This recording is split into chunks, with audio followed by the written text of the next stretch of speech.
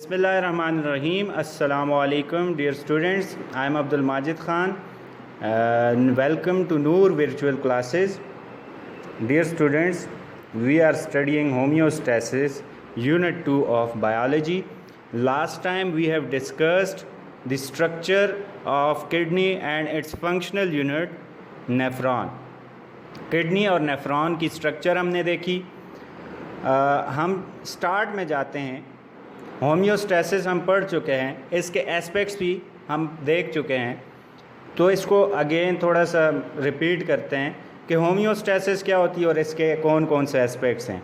Homeostasis is the ability of living organisms to maintain internal environmental conditions at constant rate.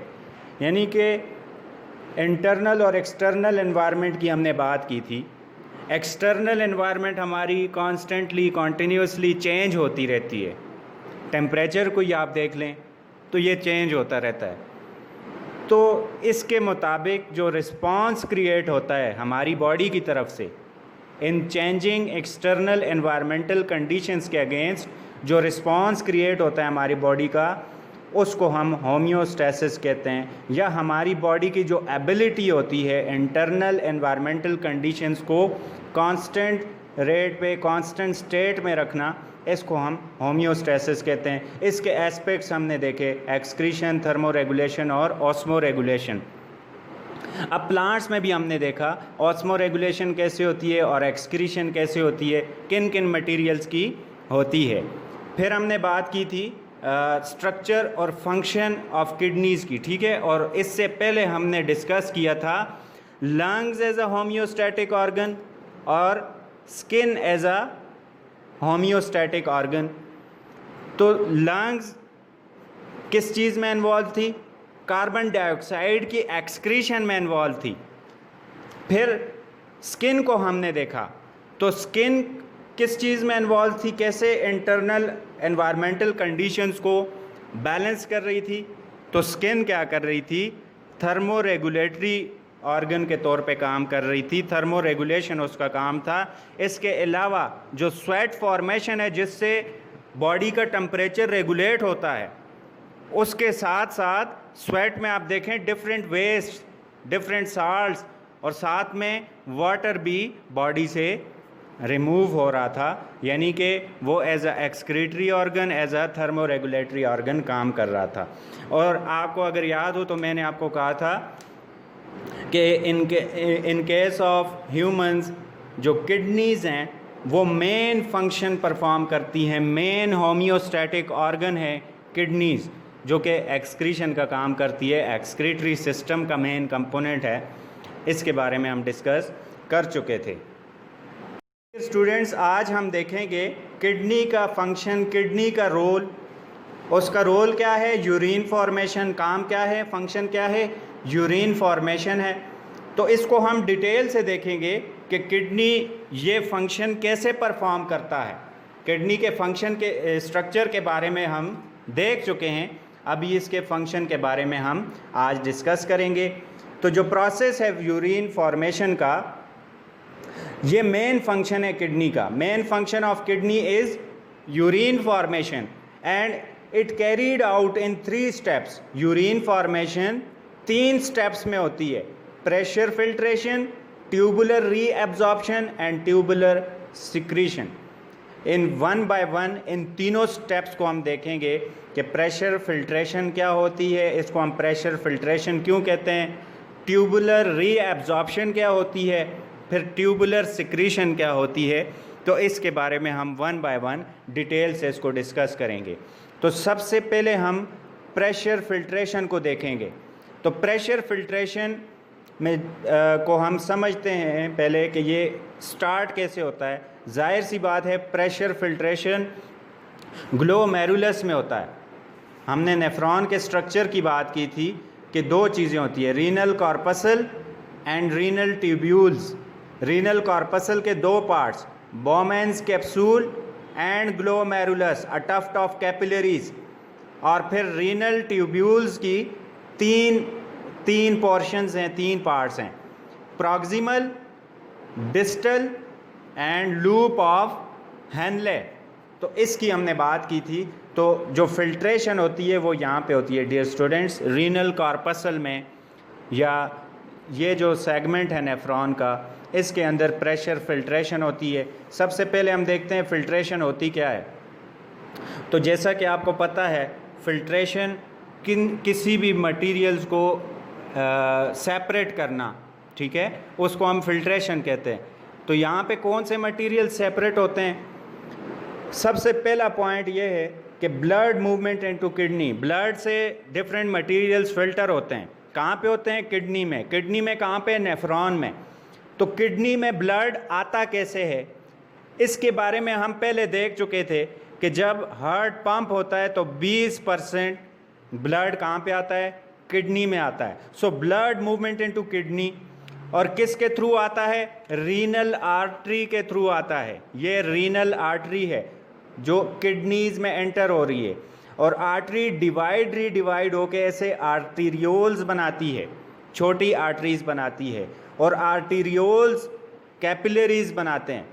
और ये जो capillaries होते हैं, जो ग्लोमेरुलस जिसको हम कहते हैं, ये यानी कि जो नॉर्मल कैपिलरीज होती हैं उनसे ज़रा डिफरेंट हैं। वैसे तो ये भी आर्टरी है, और ये जो कैपिलरीज के बाद जो बन रही है ये भी आर्टरी है, ठीक है। नॉर्मली क्या होता है, बॉडी में जब आर्टरी कैपिलरीज बनाता है तो कैपिलरीज मिल के फिर वेन्स बनाते हैं। यहाँ पे केस थोड़ा सा डिफरेंट है। यहाँ पे ये जो कैपिलरीज हैं इनका फंक्शन ही दूसरी कैपिलरी से डिफरेंट है, इसीलिए इसको डिफरेंट नाम दिया गया, ग्लोमेरुलस। अब यहाँ पे आप देखें दोबारा कैपिलरीज बन रही हैं ये, और कैपिलरीज जॉइन हो के क्या बना रही हैं? वेन बना रही हैं। कौन सी वेन? रीनल वेन बना रही है। अब ब्लड एंटर हुआ किडनी में थ्रू रीनल आर्टरी। अब आर्टरी रीडिवाइड होके आर्टीरियोल्स बनाती हैं, जो कि आर्टीरियोल्स फर्दर डिवाइड होके कैपिलरीज बनाती हैं। कौन सी कैपिलरीज? ग्लोमेरुलस।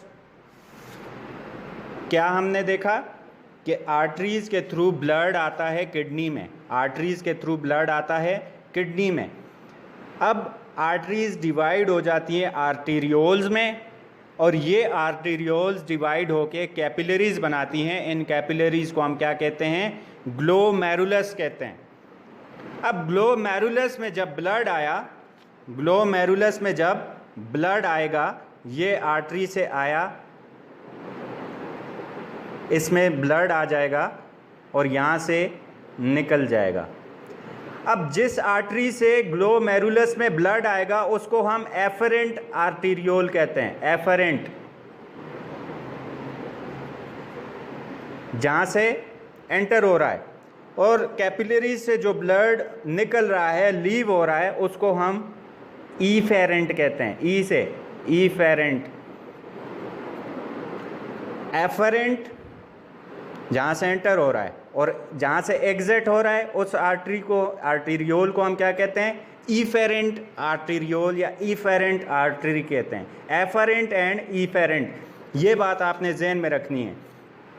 अब हम आ जाते हैं मेन जो प्रोसेस है प्रेशर फिल्ट्रेशन का, उसको हम डिस्कस करते हैं। तो फिल्ट्रेशन अकर होती है due to high pressure of blood in glomerulus, और इसको हम प्रेशर फिल्ट्रेशन कहते हैं या फिर ग्लोमेरुलर फिल्ट्रेशन कहते हैं। ग्लोमेरुलर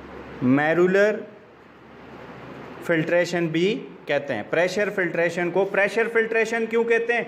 क्योंकि हार्ट जब बीट करता है, बीट करके जब यहाँ पे प्रेशर से ब्लड आता है, और ब्लड चूँकि आपको पता है आर्टरी बड़ी है, आर्टीरियोल और कैपिलरीज छोटी हैं, तो इन छोटी ट्यूब्स में जब ब्लड पास होता है तो एक प्रेशर क्रिएट होता है, इसीलिए इसको प्रेशर फिल्ट्रेशन कहते हैं। फिल्ट्रेशन इसलिए कहते हैं क्योंकि इस ब्लड से, जो कैपिलरीज में ब्लड है, इससे डिफरेंट मटेरियल्स फिल्टर हो जाते हैं, निकल जाते हैं, बोमेन्स कैप्सूल में आ जाते हैं, बोमेन्स कैप्सूल से फिर ट्यूब्यूल्स में आ जाते हैं, रीनल ट्यूब्यूल्स में, इसीलिए इसको हम फिल्ट्रेशन कहते हैं। और प्रेशर फिल्ट्रेशन इसलिए कहते हैं, और क्योंकि ये ग्लोमेरुलस में होती है फिल्ट्रेशन, इसीलिए इसको हम ग्लोमेरुलर फिल्ट्रेशन भी कहते हैं। चूँकि आपको पता है कि कैपिलरीज की वॉल बहुत ज़्यादा थिन होती है, तो इससे डिफरेंट मटेरियल्स निकल सकते हैं, फिल्टर आउट हो सकते हैं। और दूसरी वजह क्या है डियर स्टूडेंट्स? पहली वजह मैंने आपको बताई, due to high blood pressure filtration होती है। दूसरी वजह यह है कि जो एफरेंट आर्टीरियोल है, जिससे ब्लड आ रहा है, इसका डायामीटर, इसका साइज़ बड़ा होता है, इसका साइज़ बड़ा होता है। ये कैपिलरीज बनाई, डिफरेंट कैपिलरीज जॉइन होके ईफेरेंट आर्टीरियोल बनाते हैं। ईफेरेंट आर्टीरियोल का जो साइज़ होता है वो बहुत ज़्यादा छोटा होता है as compare to afferent arteriole. जो डायामीटर होता है ईफेरेंट आर्टीरियोल का वो कम होता है, तो ब्लड ज़्यादा आ रहा है, आगे जाने का रास्ता डायामीटर तंग है, तो यहाँ पे क्या बनेगा? ग्लोमेरुलस में क्या होगा? एक प्रेशर क्रिएट होगा और इस प्रेशर के ज़रिए से जो फिल्ट्रेशन होगी वो आसानी से हो सकेगी, फिल्ट्रेशन आसान हो जाएगी। तो यहाँ पे इसने 2 पॉइंट्स में डिस्कस किया हुआ है कि फिल्ट्रेशन हाई ब्लड प्रेशर की वजह से होती है। ग्लोमेरुलस में हाई ब्लड प्रेशर की वजह से होती है। हाई ब्लड प्रेशर क्यों क्रिएट होता है? Due to less diameter of capillaries. और दूसरी वजह मैंने आपको ये बताई कि जो एफरेंट आर्टीरियोल है उसका डायमीटर कम होता है, लेस होता है as compare to afferent. Efferent arteriole का एफरेंट आर्टीरियोल की बनस्पत डायमीटर कम होता है। दूसरी वजह ये है, when blood reaches glomerulus its pressure is high due to less diameter of capillaries. इस ब्लड का प्रेशर हाई होता है। इस हाई ब्लड प्रेशर की वजह से जो आसानी से क्या होता है, फ़िल्टर आउट हो जाता है ब्लड से डिफरेंट मटेरियल्स। कौन कौन से मटेरियल्स फ़िल्टर आउट होते हैं? और जो मटेरियल्स फ़िल्टर आउट होते हैं इनको हम ग्लोमेरुलर फिल्ट्रेट या ग्लोमेरुलस फिल्ट्रेट कहते हैं। Due to high blood pressure in glomerulus a lot of material in blood filter out. और जो मटेरियल्स फ़िल्टर आउट होते हैं इनमें साल्ट्स, वाटर, शुगर और डिफरेंट वेस्ट, ये चीज़ें फ़िल्टर आउट होती हैं। और जब ये फ़िल्टर आउट हो जाएं तो इसको हम क्या कहते हैं? ग्लोमेरुलर फिल्ट्रेट कहते हैं।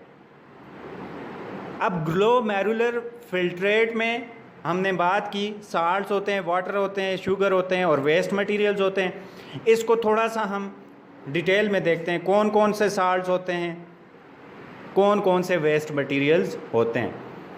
तो ग्लोमेरुलर फिल्ट्रेट जो होता है, जो फिल्टर्ड मटेरियल होता है, ब्लड से जो मटेरियल फ़िल्टर हो जाता है, ब्लड से जो मटेरियल यहाँ पे आ जाता है इन ट्यूब्यूल्स में, रीनल ट्यूब्यूल्स में फ़िल्टर हो के, इस मटेरियल को हम ग्लोमेरुलर फिल्ट्रेट कहते हैं या ग्लोमेरुलस फिल्ट्रेट आप कह सकते हैं, क्योंकि ये ग्लोमेरुलस से आया है, ग्लोमेरुलस से फ़िल्टर हुआ है, इसीलिए इसको ग्लोमेरुलर फिल्ट्रेट कहते हैं।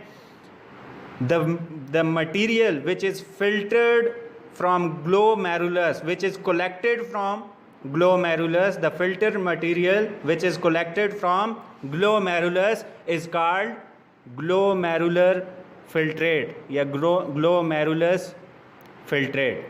This filtrate consists of water, glucose, amino acids.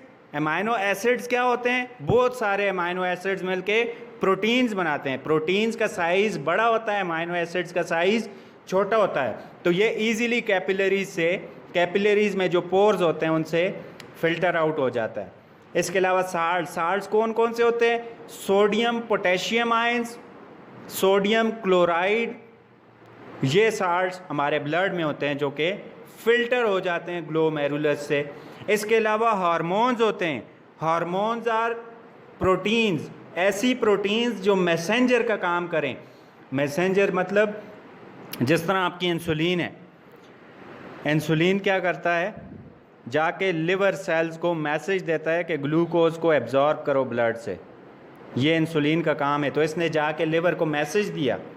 अगर ये ना जाता तो लिवर कभी भी ग्लूकोज को ना स्टोर करता। तो इसने मैसेंजर का काम किया। मैसेज फॉरवर्ड करने के लिए जो केमिकल्स होते हैं ये ज़्यादातर प्रोटीन्स होते हैं, तो हार्मोन्स, केमिकल मैसेंजर्स, ये भी फ़िल्टर आउट हो जाते हैं। इसके अलावा डिफरेंट वाइटामिन्स फ़िल्टर आउट हो जाते हैं क्योंकि इनका साइज़ छोटा होता है as compare to blood cells. Blood cells का साइज़ बड़ा होता है, जो दूसरी प्रोटीन्स होती हैं उनका साइज़ बड़ा होता है, वो फ़िल्टर आउट नहीं होती, वो इन पोर से नहीं निकल सकती, फ़िल्टर आउट नहीं हो सकती। फिर इसके अलावा वेस्ट कौन से फ़िल्टर आउट होते हैं ब्लड से? नाइट्रोजीनियस वेस्ट फ़िल्टर आउट होते हैं जिसमें यूरिया, यूरिक एसिड शामिल हैं। एमोनिया कन्वर्ट होता है यूरिया में, यूरिया कन्वर्ट होता है यूरिक एसिड में, और यूरिया और यूरिक एसिड ब्लड में अगर मौजूद हैं तो ये भी फ़िल्टर हो जाएंगे, ब्लड से बाहर निकल आएंगे। अब नाइट्रोजीनियस वेस्ट क्यों कहते हैं इनको? जब प्रोटीन की डिग्रेडेशन होती है रिस्पायरेशन में या सेल के अंदर, इसकी जो डाइजेशन होती है, तो प्रोटीन का मेन कंपोनेंट है नाइट्रोजन।